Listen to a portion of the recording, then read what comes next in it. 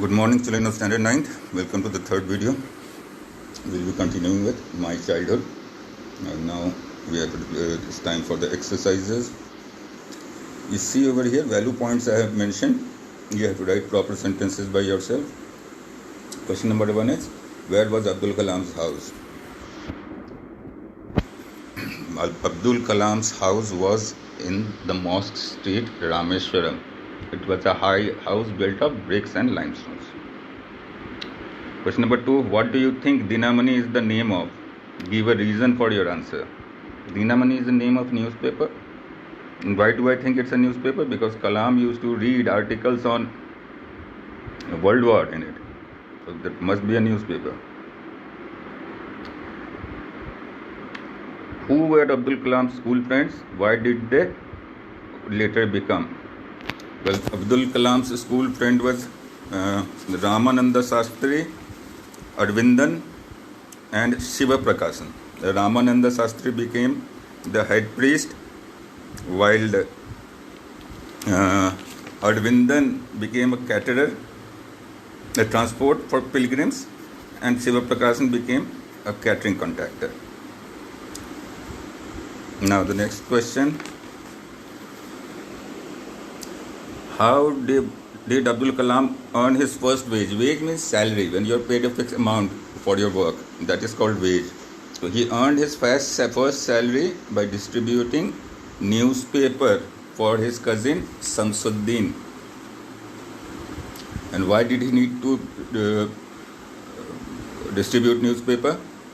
Well, during the World War, the railway stoppage at the Rameshwaram station was cancelled. So newspapers were being hurled out from the moving train, and Samsuddin needed few people to pick up the bundles and distribute them. So he was employed. Kalam was employed.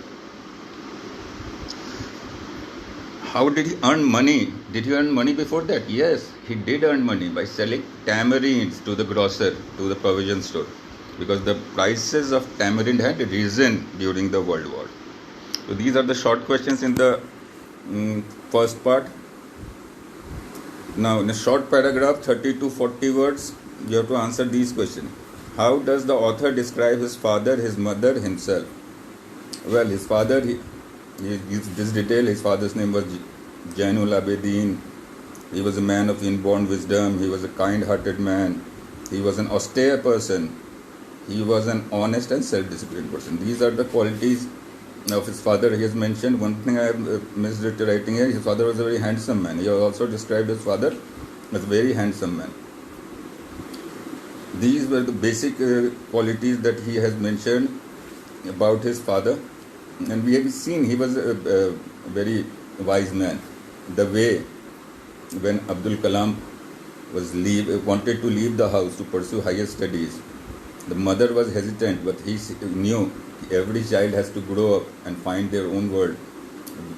Parents can't stop them in their house. And he explained to his wife, just because you have given birth to them, it does not mean you own them. They are children of life, longing for themselves, trying to find themselves, their own life. So they will develop their own thoughts. We can't impose our thoughts on them. So these all justifies him being a very wise man.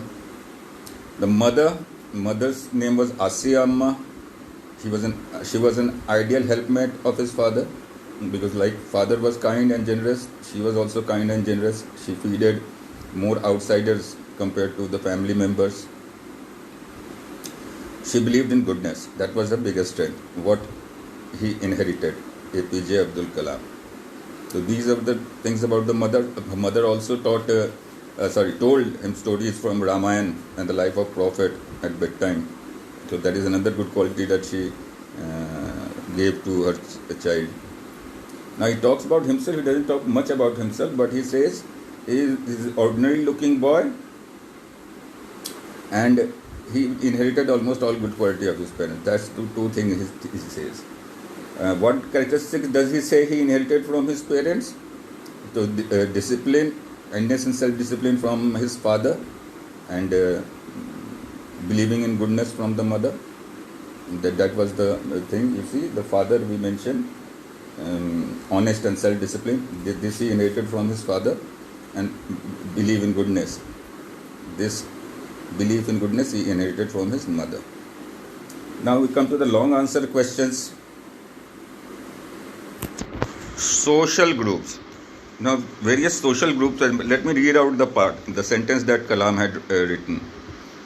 On the whole, the small society of Rameshwaram was very rigid in terms of the segregation of different social groups, says the author.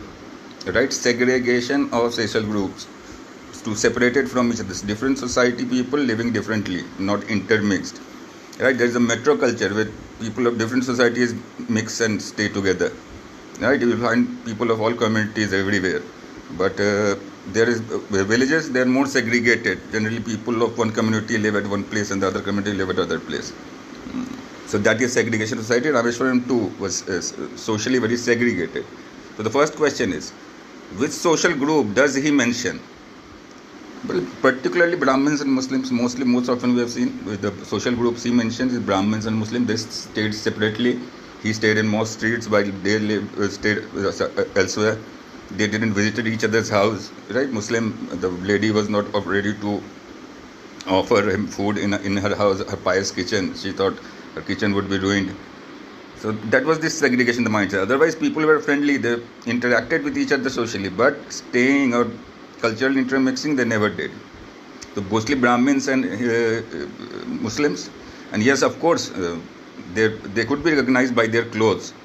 Kalam wore a skull cap, while Ramananda Sastri had a sacred thread.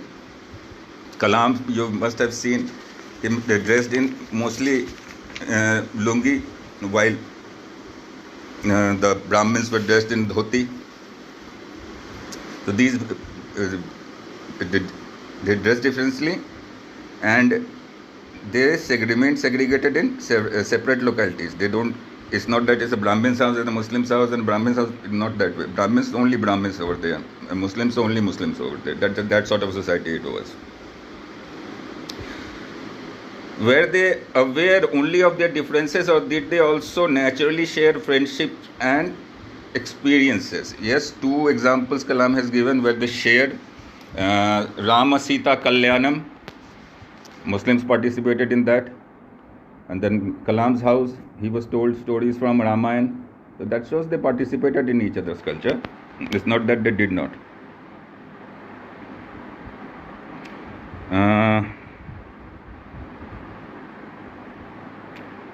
The author speaks both of people who were very aware of the differences among them and those who tried to bridge these differences. Can you identify such people in the text? Two examples we have been given. Again, last video you can check that. One is Pakshi Lakshmana Sastri, and second is Siva Subramania Iyer. They knew the differences, but they tried to bridge it. They tried to treat everybody equally, as equals. Both the examples you will find in the previous video. In detail it has been described. Now the next one. Narrate two incidents that show how differences can be created and also how they can be resolved. How can people change their attitudes? Same, Pakshi Lakshmana Sastri and Siva Subramania Iyer, both the instances how differences were made. Once the teacher discriminated based on religion. The second time the wife was orthodox conservative. She wouldn't allow a Muslim boy in her kitchen. But both the differences were resolved where Pakshi Lakshmana Sastri himself, the head priest, came out and took a stand that religious discrimination should not be there, while Siva Subramania Iyer changed the behavior of his wife. So we have discussed both these. Now we come to the last question. Why did Abdul Kalam want to leave Rameshwaram? To pursue higher studies. Basically to pursue higher studies. Second, what did his father say to this? Father said that just because we have given birth, we can't own our children. Every child has to grow, and for that they have to go away.